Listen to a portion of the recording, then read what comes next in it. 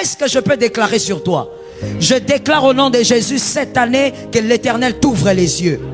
Cette année, mon Dieu, est-ce que quelqu'un est en train de prendre? Cette année que l'Éternel t'ouvre les yeux. Vois les relations majeures de ta destinée. Que ces relations t'amènent vers d'autres relations majeures.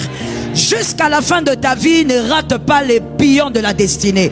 Jusqu'à la fin de ta vie, ne passe pas à côté des faveurs de ta destinée. Que Dieu te délivre de l'orgueil. Que Dieu te libère de l'orgueil. J'ai besoin d'un amen avec puissance. Que Dieu extirpe l'orgueil de ton âme. Que tu sois capable de localiser et que tu t'attaches. Quelqu'un dit avec moi, je m'attache à ce qui m'appartient.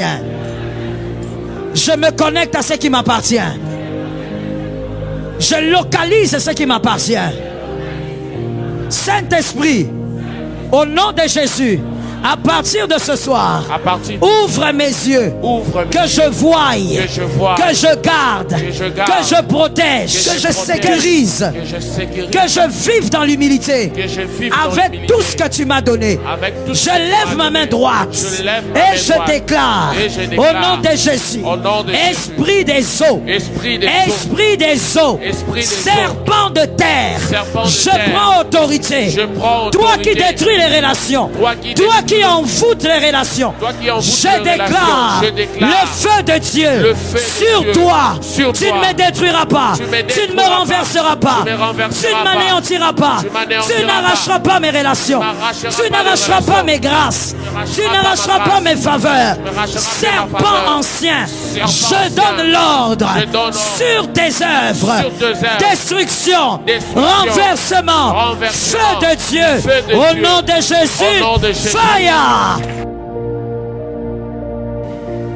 Pour bien comprendre une relation, il faut comprendre la personne. Très souvent, pas seulement dans le monde chrétien, mais dans les relations en général, même au milieu des païens, vous verrez des gens avoir des relations sans prendre la peine de connaître la personne avec qui on jouit de cette relation. C'est important de connaître la personne. Connaissez la personne vous-même puisque vous êtes dans une relation. Connaissez la personne vous-même. Ne laissez pas quelqu'un vous téléporter les informations ou vous télécharger les informations. Vous n'avez pas besoin qu'on vous télécharge des informations. Vous êtes dans la relation avec quelqu'un, c'est une sœur, c'est un frère, c'est un ami. Alors connaissez la personne. Connaître la personne, c'est savoir aussi comprendre la relation. Deuxième vérité, toute relation devrait avoir ses bornes après définition. Toute relation, je suis vraiment dans la généralité, je suis dans les relations. Toute relation, que ce soit à l'université, que ce soit au travail, que ce soit à l'église, depuis que vous êtes arrivé, vous fréquentez certains frères, toute relation devrait avoir ses bornes après définition. Lorsqu'on a défini quel type de relation on vit ou on a avec tel frère, avec telle sœur, il faut mettre les bornes. Une relation sans bornes vous créera des problèmes. Je dis bien toute relation. Quelqu'un peut se poser la question, même lorsqu'on est marié, oui. Je te surprends en disant oui. Même dans le couple, même dans le mariage, il faudrait vous fixer des limites que vous n'allez jamais outrepasser. Yes. Beaucoup de mariés ne savent pas ça. Bazo vivre kaka légumes, to balanit, to bota. Traduction. Nous sommes ensemble, on fait des enfants et c'est bon. Non, non. Vous aurez trop de problèmes. Chaque élément de la vie, I want you to listen to me. Chaque élément de la vie que Dieu donne à l'homme a ses principes. Tout élément de la vie. C'est pourquoi vous écouterez, bon, j'espère que vous n'allez pas les écouter. Certains occultes, des fois, ils disent, ah, vous les chrétiens, vous êtes faibles. Il y a beaucoup de choses que vous ne savez pas. Mais c'est pas comme pour dire que ce qu'on doit savoir se trouve dans leur livre. Non. Dans la Bible, il y a tout. Mais seulement, c'est vrai que les chrétiens, des fois, sont trop légers dans la connaissance. Par exemple, ici, je demande que tout le monde ait incarné. Mais vous allez voir qu'il y a des gens qui n'en ont toujours pas. Ils ne trouvent pas l'importance d'écrire un enseignement. Le chrétien est léger dans la connaissance, mais il veut avoir des résultats. Et ils croient que tout est caché dans la prière et dans le jeûne. Non, c'est faux. Tu n'es pas appelé à réussir en jeûnant et en priant. Je te réchoque. Tu n'es pas appelé en tant qu'enfant de Dieu. Notre réussite ne dépend pas que du jeûne et de la prière. Non. Tu vas échouer lamentablement. Tout élément dans la vie d'un enfant de Dieu, dans la vie d'un humain, parce que ça, les relations, c'est aussi pour tout humain. Tout élément a ses principes à respecter. Il faut définir la relation. Un mariage, c'est défini aussi. On est mariés, on est mari et femme, mais tu vois dans notre relation ici des maris et femmes là, il y a cette limite qu'il ne faut pas qu'on dépasse.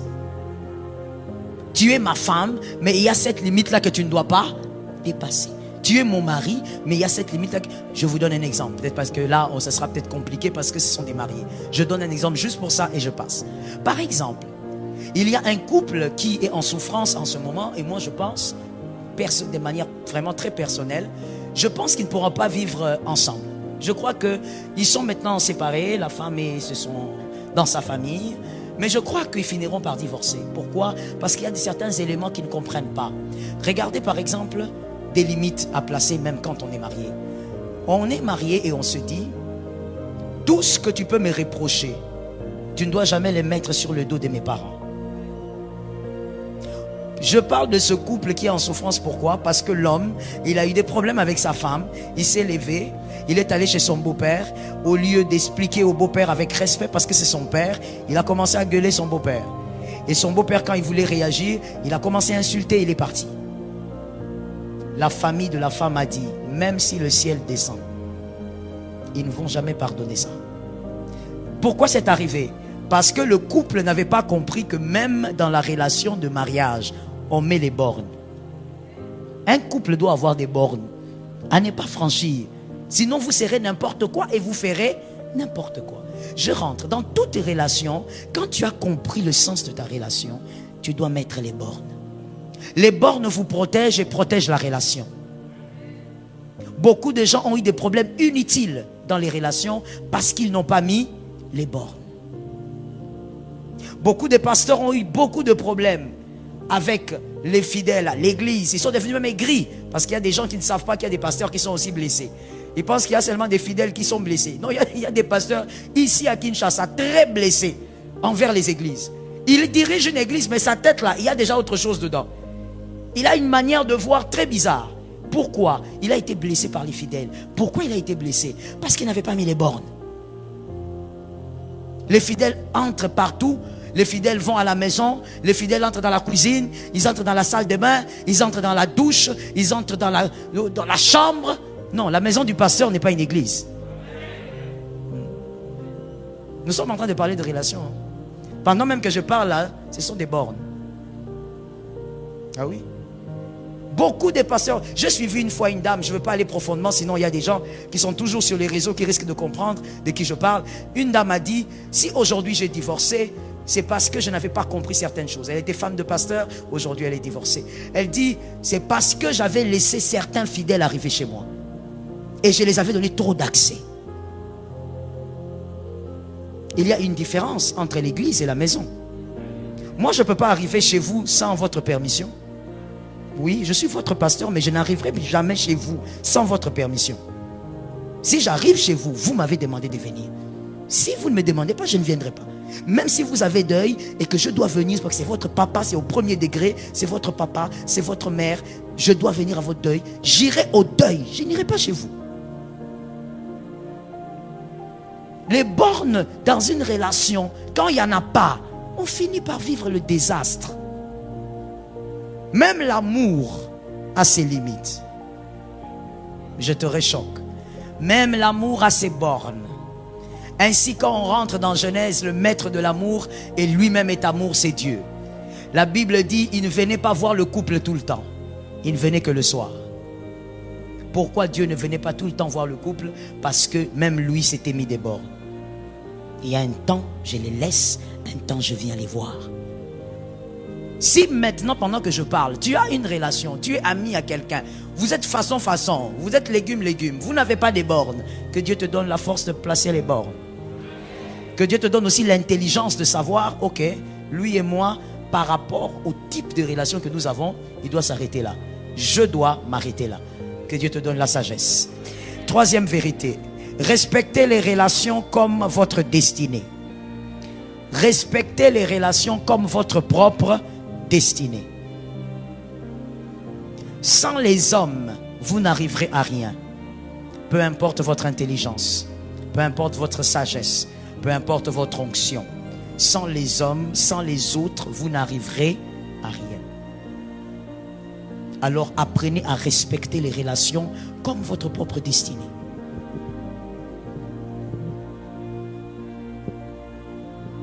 Respectez votre relation comme votre propre destinée. Ne soyez pas là. Lorsqu'une relation se casse, ça ne vous dit rien. Lorsqu'une autre commence, ça ne vous dit rien. D'ailleurs, vous êtes même étonné quand une relation commence. Vous subissez les relations. À votre âge, vous êtes adulte, ne subissez pas. Quand une relation a commencé, sachez qu'une relation a commencé. Dans votre vie, votre destinée n'est pas un jouet. Respectez les relations autant que vous respectez votre destinée. Quatrième vérité. Aucun homme ne s'élargit sans les hommes.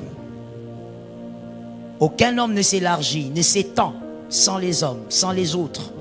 Genèse 1, 28. Genèse 1, 28. Aucun homme ne s'élargit, ne peut s'étendre sans les autres, sans les hommes. Genèse 1, 28. Dieu les bénit et Dieu leur dit, soyez féconds. On ne peut pas être fécond seul. On ne se multiplie pas seul. Il faut qu'il y ait l'autre pour que la multiplication soit possible. Vous ne pouvez pas vous élargir seul, peu importe votre niveau d'intelligence. Vous avez besoin des hommes. Vous avez besoin des autres. Comprenez donc l'importance des relations. Cinquième vérité.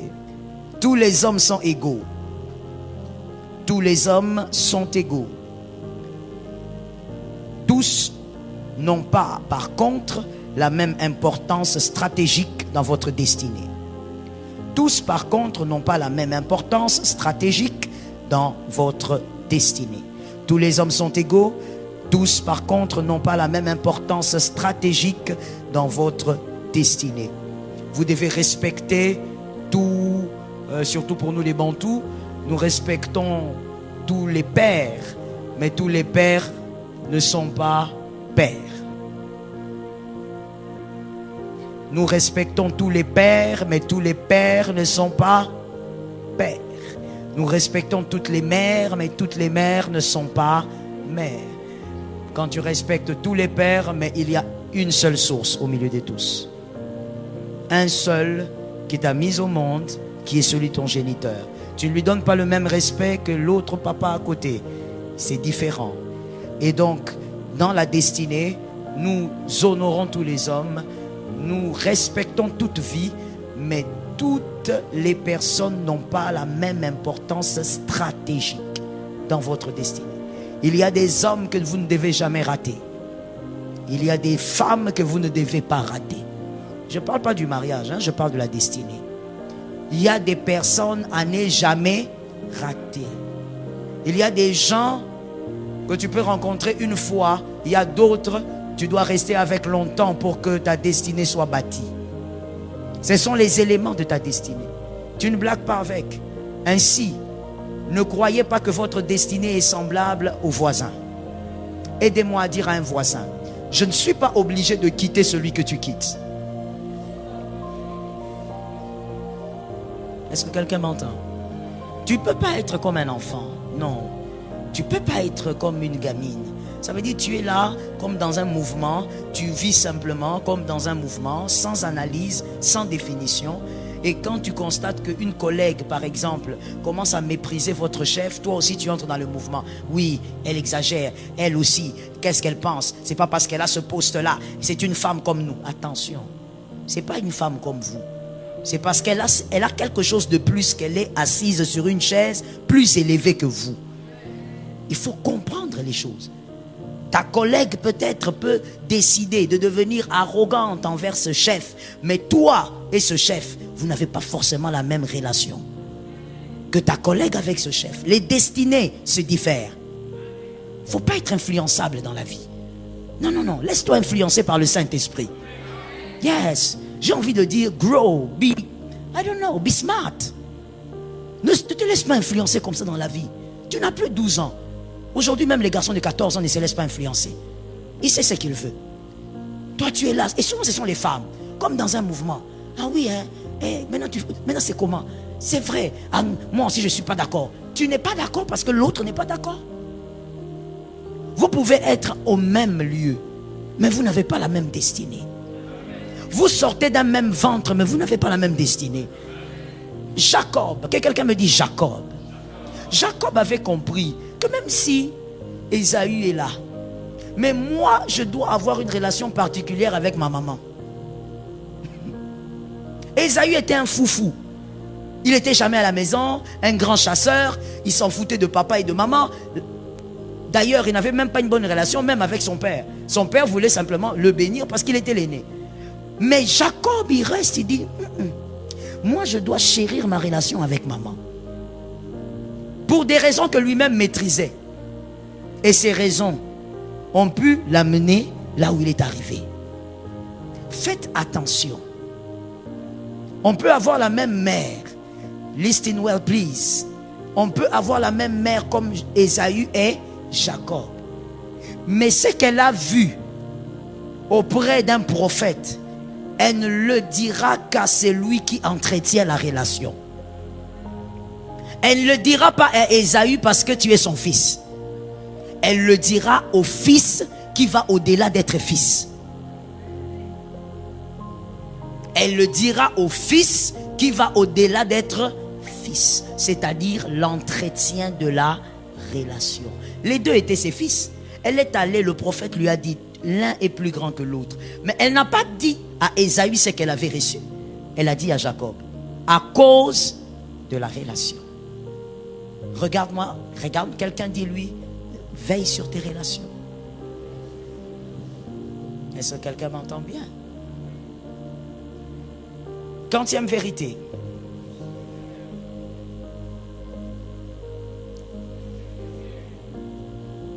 On se met tous sur le même diapason. 5e ou 6e? D'accord. 6e.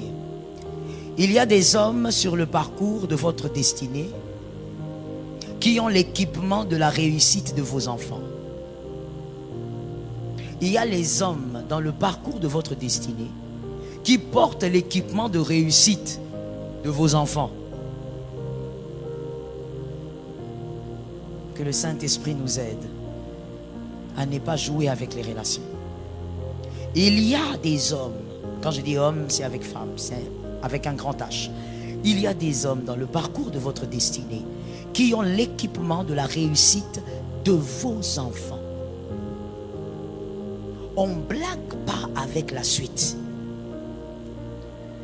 Si on respecte le présent, c'est parce qu'on valorise la suite. Yes, je dis un amen aussi au-dessus.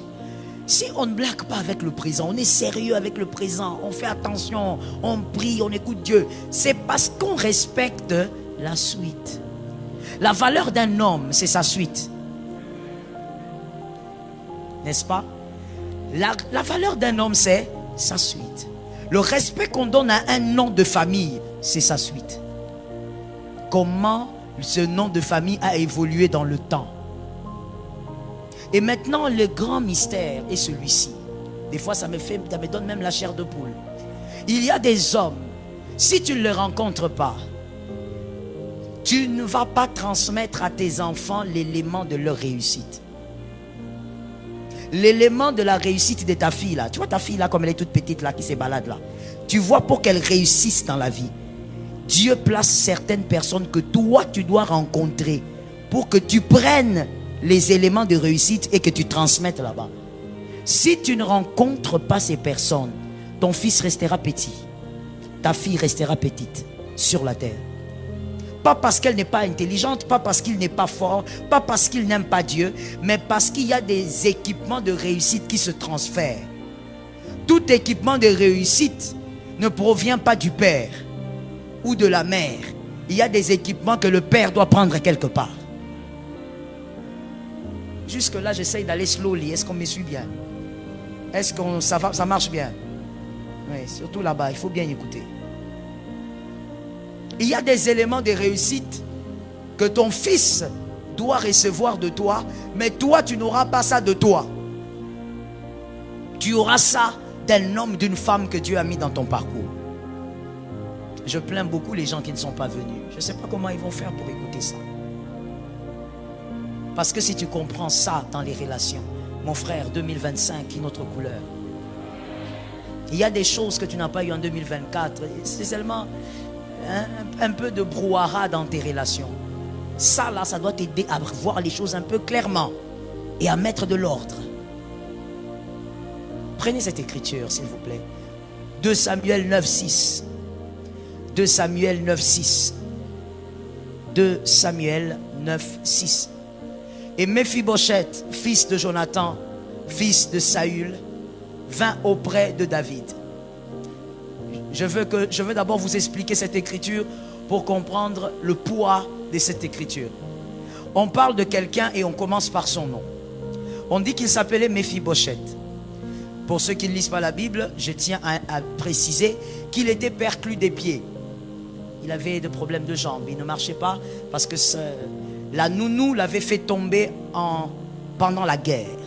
Pendant qu'il fouillait David, la nounou a fait tomber l'enfant de Jonathan. Qui est Jonathan? Le père de Méphibosheth. C'est le fils de Saül. Voilà pourquoi on dit Méphibosheth, fils de Jonathan, fils de Saül.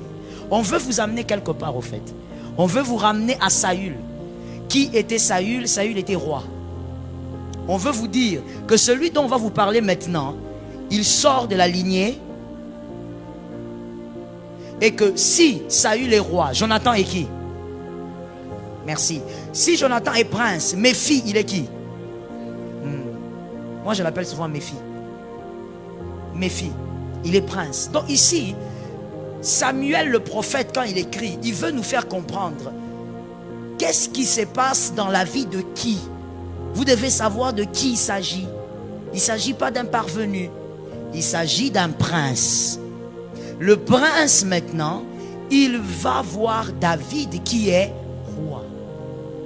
Parce que évidemment, si David est roi, la lignée de Méphibosheth a perdu le trône. Ils n'ont plus le trône. Il va voir David qui est roi. Tomba sur sa face et se prosterna. Le prince se prosterne devant le roi David. David dit, Méphibosheth. Il répondit, voici ton serviteur. Donnez-moi le 7 s'il vous plaît. David lui dit, n'aie craint point, car je veux te faire. Il y a un mot là très intéressant là. C'est quoi là-bas? À cause de Jonathan. Je ne veux pas te faire du bien parce que tu es prince. David aussi était très malicieux quand même. Ça veut dire qu'il avait beaucoup de bornes quand il parlait. Il lançait beaucoup de piques. Il lui dit, quelqu'un déjà qui est perclus de pieds, n'est-ce pas qu'il est faible? Il est dans la position de faiblesse. Peut-être qu'il était venu avec une chaise roulante où on l'avait peut-être porté. Il est déjà dans la position de faiblesse. Mais David lui dit, tu sais quoi? Je ne te ferai pas du bien parce que tu sors d'une lignée royale. Maintenant, c'est moi qui suis roi. Mais si moi je vais te faire du bien, c'est parce que j'ai connu quelqu'un. Ton fils va entrer quelque part parce que toi, tu auras connu quelqu'un. Et tu auras pris l'équipement et tu vas transmettre chez le fils. Je vais choquer. Oui, je vais un peu choquer. Tu sais, aujourd'hui, il y a des jeunes gens, surtout des jeunes gens, des jeunes filles, des jeunes garçons qui ont du mal à percer dans la vie. Pas parce que le Congo a une situation difficile. Non. Mais parce qu'ils ont eu des pères qui n'ont rien donné. Qui n'ont rien donné. Ils ont eu des mères qui n'ont rien donné. L'enfant se bat seul. Oui, je veux répéter ça bien. Ici, il y a des jeunes, même dans cette église, qui se battent beaucoup. Des fois, moi-même, quand je regarde mon propre fils, je dis, ah, ces garçons se battent.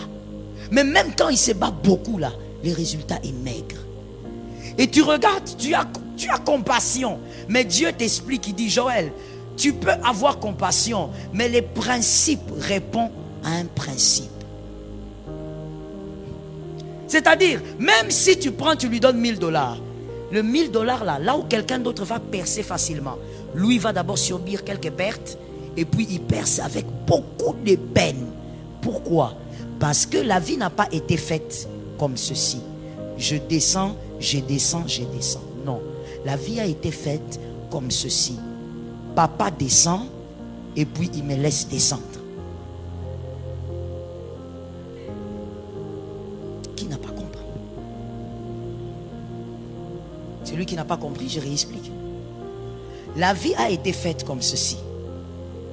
Moi, papa de quelqu'un, je descends et je m'arrête. Et je prends mon fils à partir de là où je suis. Je lui dis, fais le reste. Mais il y a des fils dans cette salle et des filles qui, depuis les débuts, il descend seul. La personne que papa devait rencontrer pour communiquer l'équipement à son fils, à sa fille, pour réussir, soit papa n'a pas rencontré, soit papa ou maman ont rencontré, mais ils ont blagué avec la relation.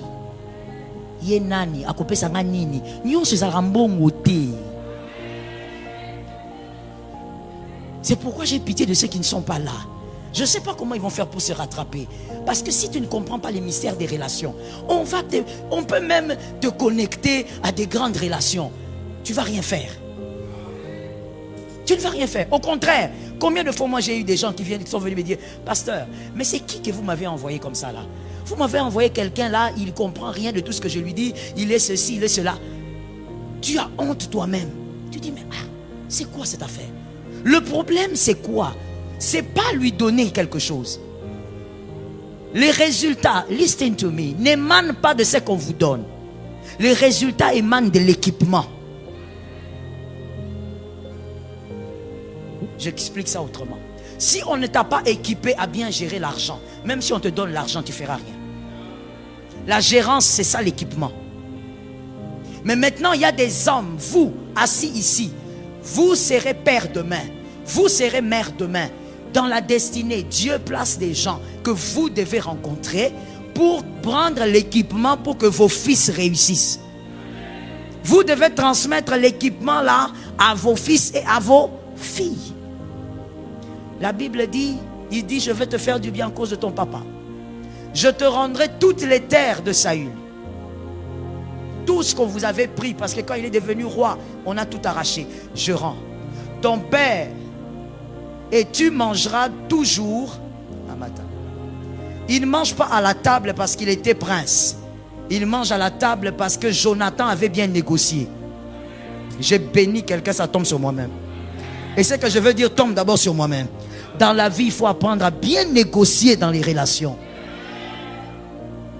Je l'ai déjà dit plusieurs fois et je le redirai toujours. Un enfant, c'est celui qui dit « Allons, Wakuna ». Et puis quoi? Traduction, qu'il me laisse tranquille. S'il ne veut plus, qu'il me lâche, il m'embête. Je ne suis pas né avec lui. Ma destinée ne dépend pas de lui. Je te choque aujourd'hui. Parce que là, je parle des relations. Il y a des destinées qui sont liées. Oui. Ça veut dire que ta destinée, effectivement, pour qu'elle évolue bien, elle dépend de celle-là. Sans contredit. Il y a des choses comme ça. Attention avec la langue du serpent.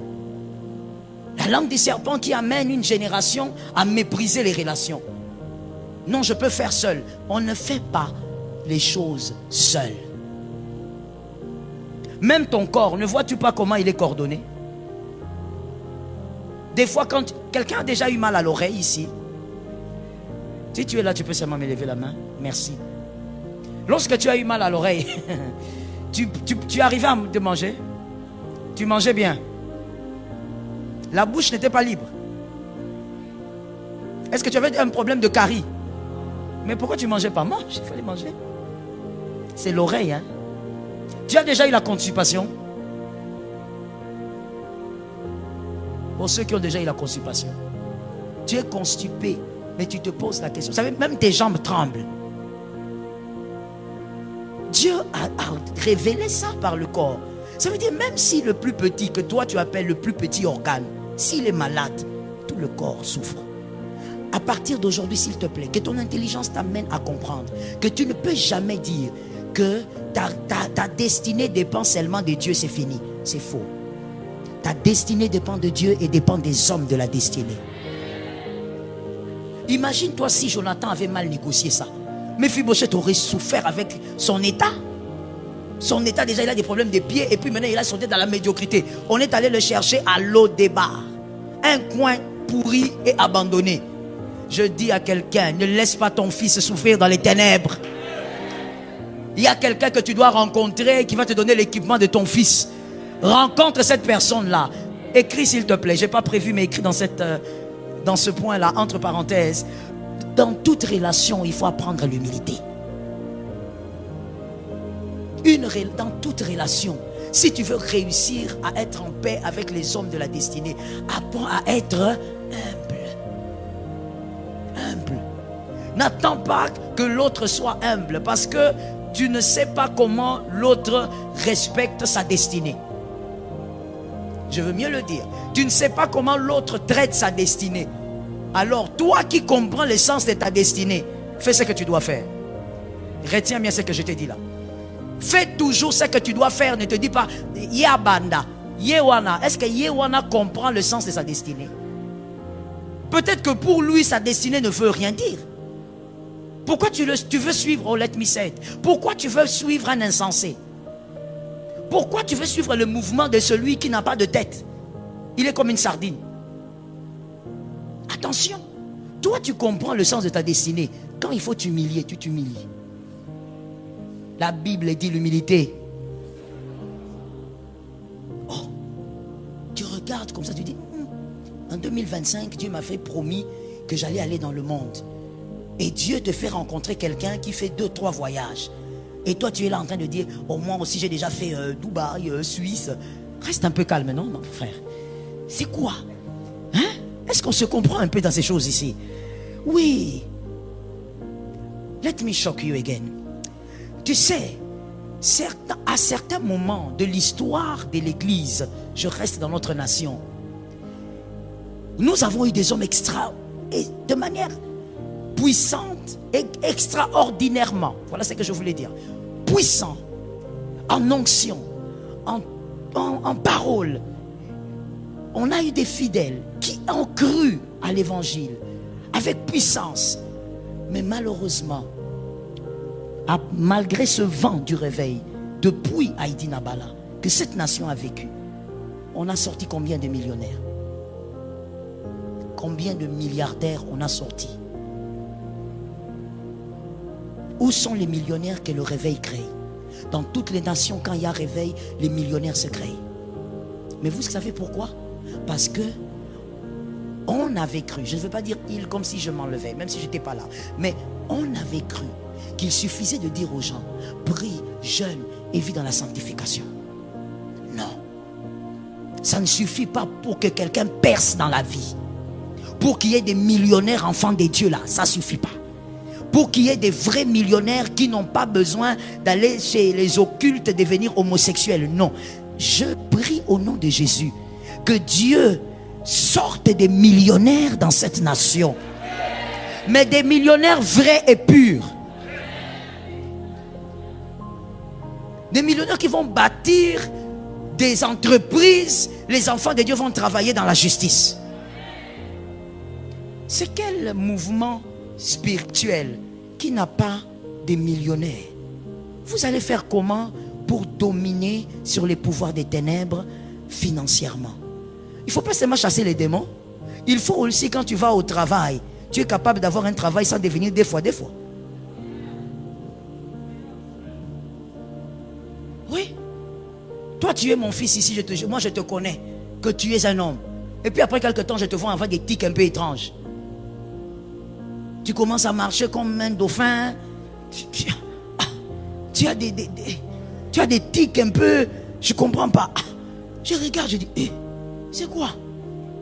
Oh, c'est parce que tu es allé quelque part, on t'a dit $2000, tu veux ce salaire-là, tu dois devenir 2 fois. C'est quoi cette affaire? Pourquoi? Parce qu'au milieu des enfants des dieux, il n'y a pas de puissants financièrement. pour devenir puissant financièrement, il ne faut pas seulement prier et gêner. Il y a des choses que tu dois maîtriser, comme l'humilité dans les relations. Dieu, comme je disais, te met à côté de quelqu'un qui a fait déjà un peu quelques voyages. S'il vous plaît, éteignez votre téléphone, respectez la présence de Dieu.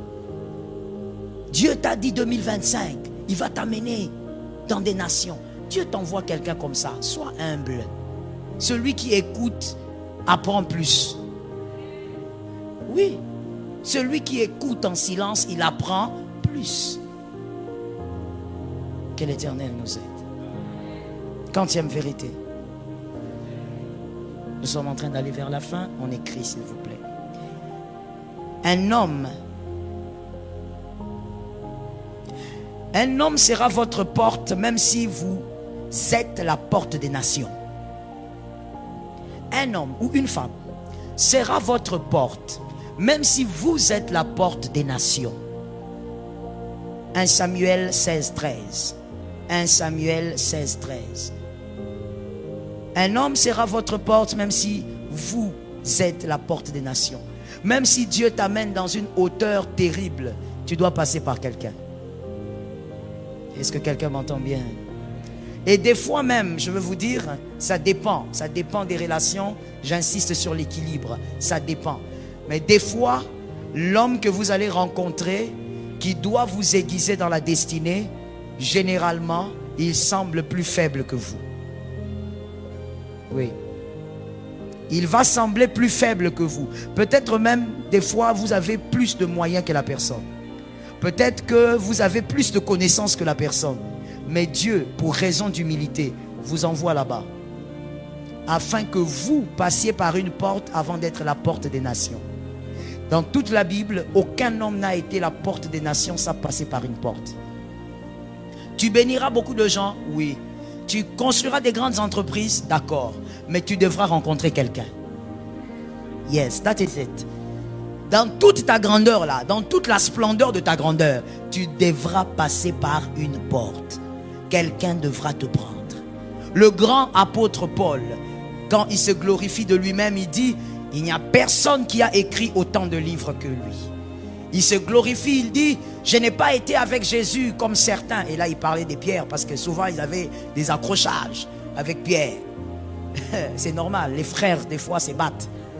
Alors, il disait, je n'ai pas été avec Jésus comme certains, mais j'ai écrit plus qu'eux. Je parle en langue plus qu'eux. C'était pour dire seulement que l'apôtre Paul, malgré qu'il a été le grand apôtre, mais il est passé par quelqu'un. Il est passé par qui? Ananias. Il y a deux Ananias, hein? Pas avec le Saphira, l'autre. On lui a dit, va là-bas, il va te baptiser et il va t'enseigner. L'apôtre Paul est parti là-bas. Mais est-ce que vous avez un livre de la Bible qui parle de ce monsieur-là? Il a écrit un livre, le monsieur-là. Même pas un petit livre comme le livre de Joël. Il n'a pas écrit. Mais l'apôtre Paul est passé par lui. C'était sa porte. C'est comme ça que Dieu fait les choses. Toi maintenant tu veux réussir en 2025. Tu veux faire l'exception. Ça ne marchera pas. C'est pourquoi je t'ai parlé de l'humilité dans les relations. Parce que là par exemple, l'apôtre Paul pouvait aussi refuser. Il va là-bas, il regarde, il dit, ah, un papa comme ça fatigué. Moi j'ai double nationalité, qui était une très grande fierté à l'époque. Je suis romain, je suis juif. J'ai fait des grandes études. Cet homme ici, il est qui même? Pourquoi il va me baptiser? Il est un peu façon. Est-ce qu'il a même étudié? Dans la relation, mon frère, l'humilité. Dis à quelqu'un, pour percer dans la relation, il faut être humble.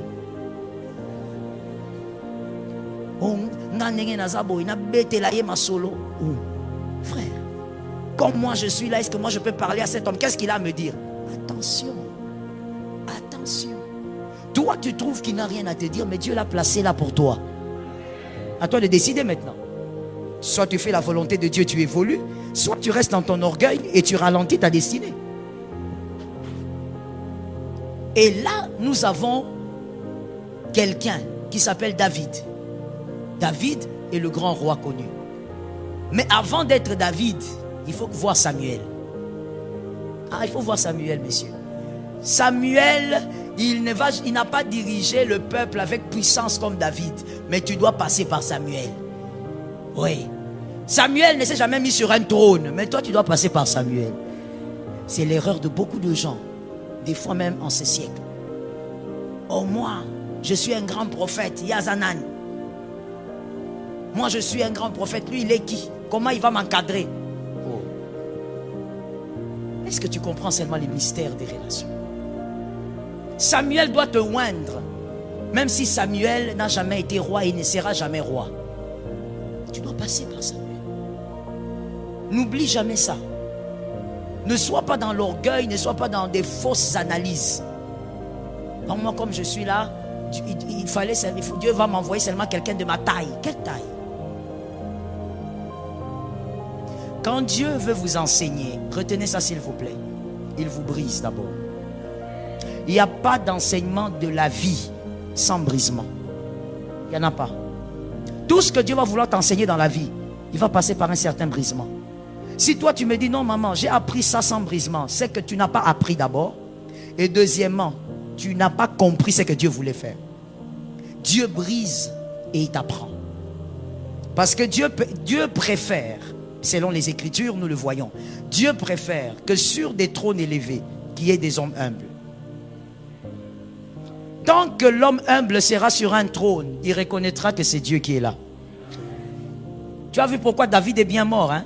David est bien mort. Il est mort sur le trône. Parce que Dieu n'avait pas tort. Il a dit, celui-là, il a le cœur que je cherche. Il restera avec le cœur que je cherche. Et David, malgré ses bêtises, il est resté avec Jésus. Il fait sa connerie, il rentre à Dieu, il pleure là-bas, il reste sans vêtements, il se jette la cendre, il dit, même si je fais des conneries, c'est toi qui restes mon papa. David agissait comme un homme de la nouvelle alliance. Il dit, moi je serai avec toi. Si tu veux me punir, tu me punis. Mais je suis ici. Et David est mort sur le trône. C'est très rare. Pourquoi? Parce que David avait compris les mystères des relations. Que Jésus t'aide dans l'humilité. Quantième vérité. Huitième vérité. La mauvaise lecture d'une relation peut empêcher votre élargissement. La mauvaise lecture d'une relation peut empêcher votre élargissement. Il y a un frère, il y a quelques années, qui était venu me dire maman, je crois que telle sœur, je crois qu'il y a même 3 ans, telle sœur est ma femme.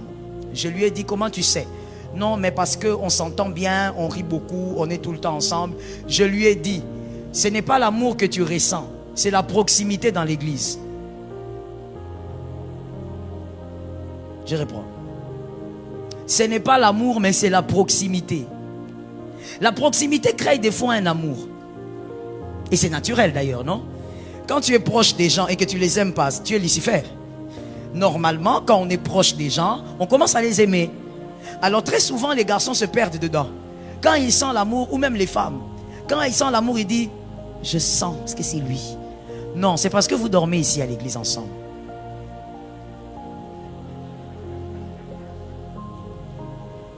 Je ne comprends pas. Comment on rit comme ça? J'ai choqué quelqu'un ou bien? D'accord. Non, c'est parce que seulement tu vois, de temps en temps, toi tu dors à gauche, elle dort à droite. C'est tout. Et puis comme aussi, en tout cas, les gens qui sont à l'église. Et puis comme aussi, quand on dit Amen, Amen, on vous laisse ici. Vous causez jusqu'à 2 h du matin. C'est la proximité. C'est pas la divinité. C'est pas une révélation, c'est la proximité. Je lui ai dit, frère, c'est parce que vous êtes seulement côte à côte, tu vois, c'est ça. Il ne me croyait pas. Il me disait, maman, c'est la femme de ma vie. Après, ça a évolué. Maman, je la rêve. Mais c'est normal que tu la rêves. Ce que tu aimes, tu vas rêver. Mais c'est normal. Est-ce que tu comprends que le cerveau ici a un fonctionnement? Toi, tu crois que le cerveau est spirituel? Oh my God. Oh, soyons des chrétiens comme l'apôtre Paul a dit. Ajoute à la foi la connaissance, ainsi que la science. Hein? Le cerveau n'est pas spirituel, non. C'est comme un petit robot que Dieu a fabriqué, il a son fonctionnement. Un jour, j'étais en train de me plaindre des migraines et tout. J'ai appelé l'un de mes médecins, parce que les deux sont mes fils. Hein. Moi, je mange maison. Je consomme maison. L'un Je l'ai enseigné à l'école du dimanche. Il avait 9 ans, 10 ans, je crois. Aujourd'hui, il est médecin. Et donc, ça fait partie aussi de mes médecins privés. J'appelle l'un d'eux, je dis, regarde comment je me sens, tout ça. Il me dit, maman, tu sais, ton cerveau tourne même quand tu dors. J'ai dit, j'ai dit, mais alors là, qui m'a envoûté que j'envoie le feu? Il me dit, non maman, tu es en train de travailler ta tête. Donc ta tête travaille même sans toi. Il y a un temps où le cerveau doit aussi se reposer. Même s'il ne se tait pas complètement, il doit aussi se reposer. Mais toi, il m'a posé la question. Il m'a dit, n'est-ce pas que quand tu te réveilles, tu as des idées? Moi je dis, mais moi je croyais que les Nzambe à l'école. Non. Le corps a un fonctionnement. Ça là, c'est pas spirituel. C'est divin. Plutôt c'est créé par Dieu, mais ça a un fonctionnement. Comme Elon Musk peut créer son robot avec un fonctionnement. Dieu nous a créés avec un fonctionnement. Quand tu commences à penser beaucoup à quelqu'un, au taillé. Non, maman, quand j'ai dormi aujourd'hui, je n'ai même pas prié pour elle. Tu penses à elle. C'est pas question de prier. Tu penses à elle tout le temps. C'est normal que tu la rêves comme ça à la plage, en train de courir. Vous deux, main dans la main, en train de sauter des je ne sais pas quoi. Attention. Attention. Il faut savoir bien analyser les choses. Tu vas, je l'ai dit déjà, une toute bonne personne n'est pas pour vous. Deux bonnes personnes, listen please. Deux bonnes personnes, j'ai dit bonnes. Elles sont imparfaites, mais elles sont bonnes. Deux bonnes personnes peuvent se mettre ensemble. Mais lorsque ces deux bonnes personnes ne sont pas deux pièces à mettre ensemble, ça devient l'enfer, ce mariage. Alors que toutes les deux personnes sont bonnes. Le seul problème alors c'est quoi? Elles ne devaient pas être ensemble. Attention avec votre manière d'analyser la situation. Tu risques d'épouser une bonne personne mais qui n'est pas la tienne et donc elle te fait souffrir. Que Jésus t'aide. La lecture que vous faites de la relation, faites attention que ça ne détruise pas votre élargissement. 40e élément. 9e vérité. Ayez l'intelligence de faire la différence entre Judas et Pierre. Ayez l'intelligence de faire la différence entre Judas et Pierre. Il faut toujours faire la différence entre Judas et Pierre. Que Dieu donne cette sagesse à quelqu'un cette année. En janvier, février, que Jésus t'accorde cette intelligence. Faites la différence entre Judas et Pierre. Pierre, on ne le laisse pas partir même quand il y a des réclamations des familles. Tu es dans une relation, on a bien dit relation, c'est avec des humains, n'est-ce pas? Oui, oui, c'est avec des humains. C'est-à-dire qu'il n'y a pas que de ton côté qu'il y aura des batailles. Même de son côté, il y aura aussi des envoûtements. Il peut aussi subir des envoûtements. De son côté, il peut aussi avoir un manque de sagesse. Mais tu vois, quand Pierre est réclamé, on le réclame aussi. Parce que Pierre, tu vas faire beaucoup de choses avec dans la vie. Dieu vous a mis ensemble pour bâtir des choses. On ne laisse pas Pierre partir, même s'il fait des caprices. Va chercher Pierre. Non, non, non, Pierre, il me fatigue. Moi, je suis là, je suis en train de lui expliquer des choses, mais il me fatigue, c'est toujours moi qui va vers lui. Frère, l'humilité. Pierre, on ne le lâche pas. Tu fais comme Jésus. Personne n'est plus grand que Jésus. Surtout nous là, nous enfants de Dieu, nous savons que personne n'est plus grand que Jésus. C'est lui le modèle suprême. Jésus a dit à Pierre, toi on te réclame, hein? Mais moi aussi je t'ai réclamé.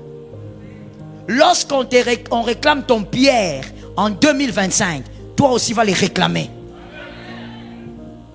Tu n'es pas comme une gamine, j'insiste encore, ne sois pas comme un gamin. On ne réussit pas comme ça. La volonté de Dieu est que tu prospères. Je donne amen aussi. Et que tu prospères à tout. Même dans les relations, tu dois prospérer. Parce que ça fait partie des éléments majeurs d'une réussite. Qui t'a dit que Dieu aime les médiocres? Non, non, non, non. Dieu n'aime pas la médiocrité. Dieu n'aime pas. Regarde, pour naître, il est allé chercher une vierge.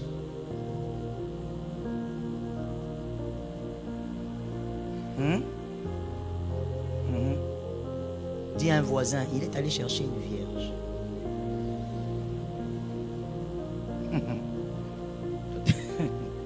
Je ne sais même pas pourquoi est-ce qu'il y a des gens qui rient.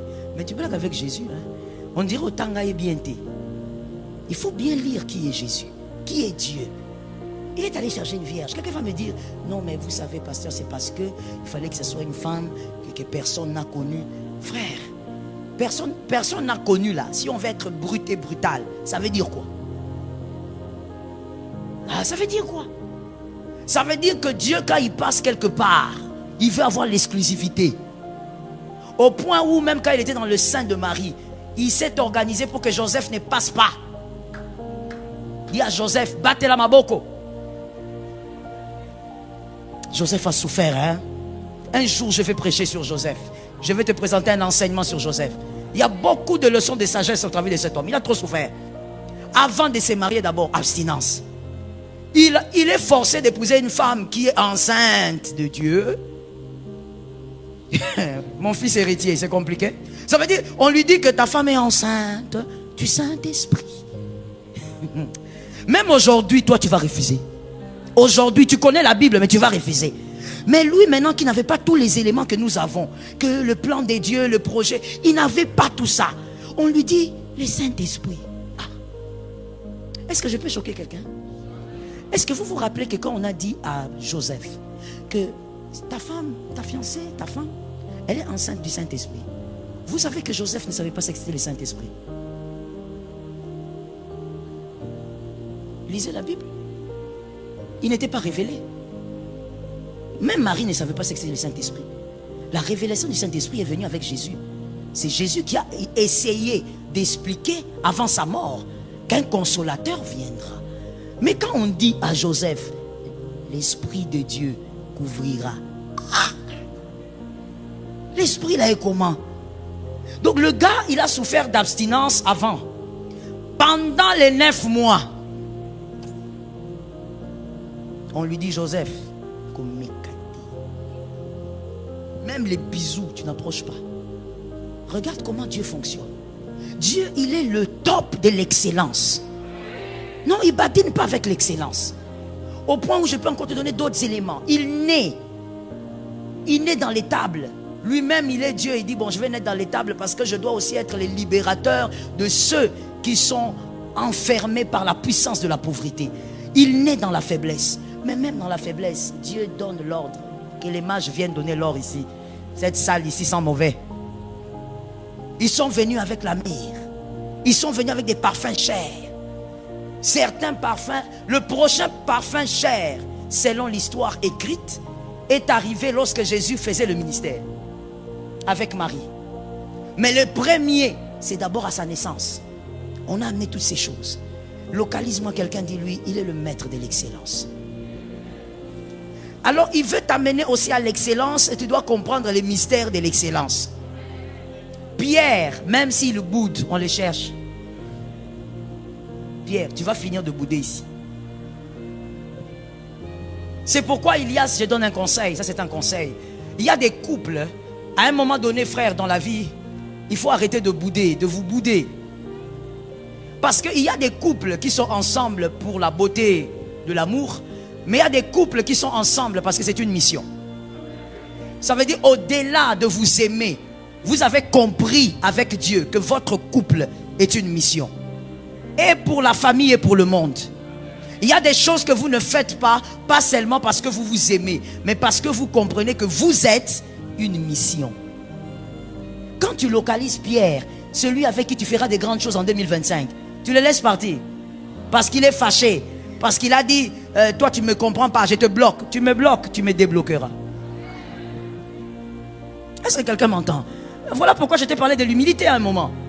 Sans humilité, tu ne vas parvenir à rien. À des moments, il faut regarder ton âge et te dire, ça ne ressemble pas à mon âge.